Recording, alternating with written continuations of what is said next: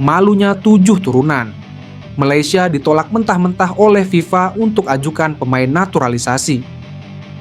Rafael Struijk latihan perdana dengan klub baru di Liga Australia.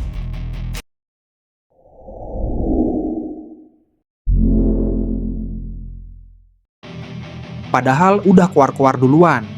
Malaysia ditolak mentah-mentah oleh FIFA untuk ajukan pemain naturalisasi. Kabar ditolaknya naturalisasi pemain Go Ahead Eagles, Mats Dijl, untuk Malaysia menjadi trending topik di X Indonesia. Netizen terus membicarakan kegagalan Harimau Malaya mengikuti strategi Timnas Indonesia. Malaysia akhir-akhir ini memang terang-terangan mengaku ingin mengikuti jejak PSSI yang menaturalisasi pemain keturunan untuk meningkatkan kualitas Timnas Indonesia. Melihat kesuksesan Timnas Indonesia yang mulai berhasil bersaing di kancah Asia, membuat Malaysia mulai mencari pemain keturunan. Belum lama ini ada beberapa pemain keturunan yang dikabarkan bakal dinaturalisasi Malaysia. Sebelumnya media sosial sempat ramai karena Federasi Sepak Bola Malaysia FAM bertekad membuat kejutan pada Desember 2024 atau tepat pada ajang ASEAN Cup 2024. Namun, tiba-tiba kabar mengejutkan datang dari Malaysia. FAM mengumumkan bahwa naturalisasi Mats Dijl ditolak FIFA. Pemain berusia 27 tahun tersebut dinyatakan tidak memenuhi persyaratan untuk bisa dinaturalisasi Malaysia, sehingga dipastikan gagal memperkuat Harimau Malaya. FAM menjelaskan bagaimana awal proses naturalisasi Mats Dijl dilakukan dan diajukan ke FIFA. Mereka menjelaskan dengan rinci bagaimana awal mula proses hingga akhirnya naturalisasi itu ditolak FIFA. Kronologinya, pemain Belanda tersebut menunjukkan keinginannya membela Malaysia. Hal ini karena dia memiliki keinginan untuk bisa membela negara atau tanah kelahiran leluhurnya. Setelah melihat ketertarikan pemain Go Ahead Eagles tersebut, FAM pun langsung menjalin komunikasi dengan klub, agen, dan pastinya Mats Dijl sendiri. Untuk proses naturalisasi pemain keturunan ini, FAM menjelaskan dengan rinci, dan sepertinya tak berbeda jauh dari strategi yang dilakukan Timnas Indonesia.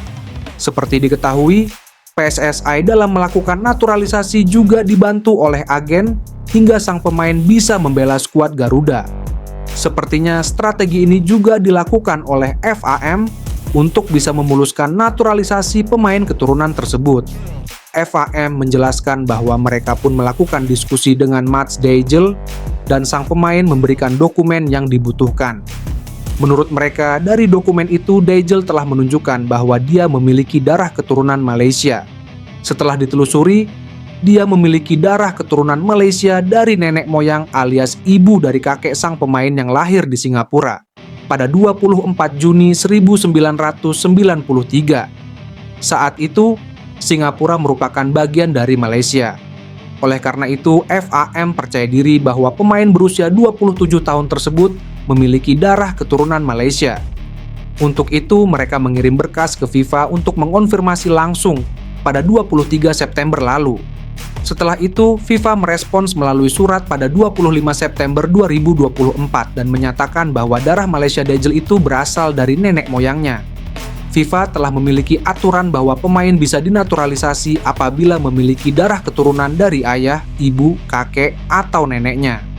Selain itu, dalam statuta FIFA pasal 8 juga disebutkan bahwa pemain hanya bisa dinaturalisasi apabila dia sudah tinggal lebih dari 5 tahun di negara tersebut.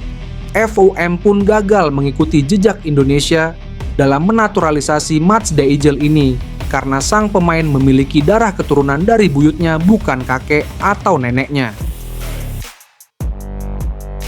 Berdasarkan dokumen yang terlampir, diketahui pemain berusia 27 tahun itu hanya memiliki darah Malaysia melalui nenek moyangnya dan bukan melalui kakek atau neneknya sebagaimana diatur dalam ketentuan FIFA. Tulis FAM Selasa, 1 Oktober 2024. Pemain itu tak memenuhi aturan yang disebut jelas pada statuta FIFA. Pasal 8 peraturan yang mengatur penerapan statuta FIFA terkait kelayakan mewakili tim nasional, Regulations Governing the Application of the Statutes. Setiap pemain dapat mewakili suatu negara jika memenuhi syarat-syarat berikut jelas aturan FIFA tersebut. Pertama, pemain tersebut lahir di negara tersebut. Atau kedua, ibu dan ayah pemain lahir di negara tersebut. Atau ketiga, kakek dan nenek pemain lahir di negara tersebut. Atau keempat, pemain tinggal di negara tersebut selama lebih dari 5 tahun.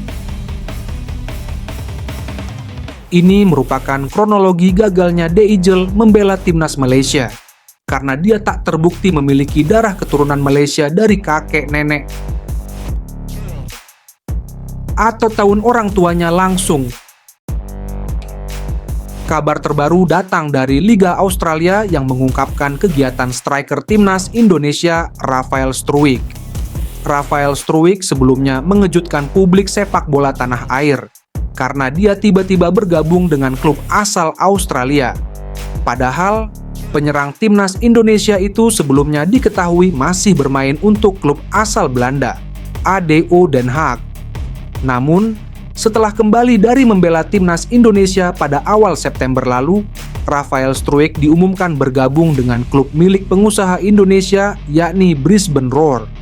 Media sosial A-League memberikan kabar terbaru soal penyerang timnas Indonesia tersebut.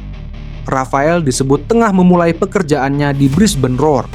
Unggahan tersebut menunjukkan bahwa penyerang andalan skuad Garuda itu tengah menjalani latihan bersama timnya. Langsung bekerja untuk pemain baru Brisbane Roar, Rafael Struwijk, tulis unggahan Instagram resmi A-League.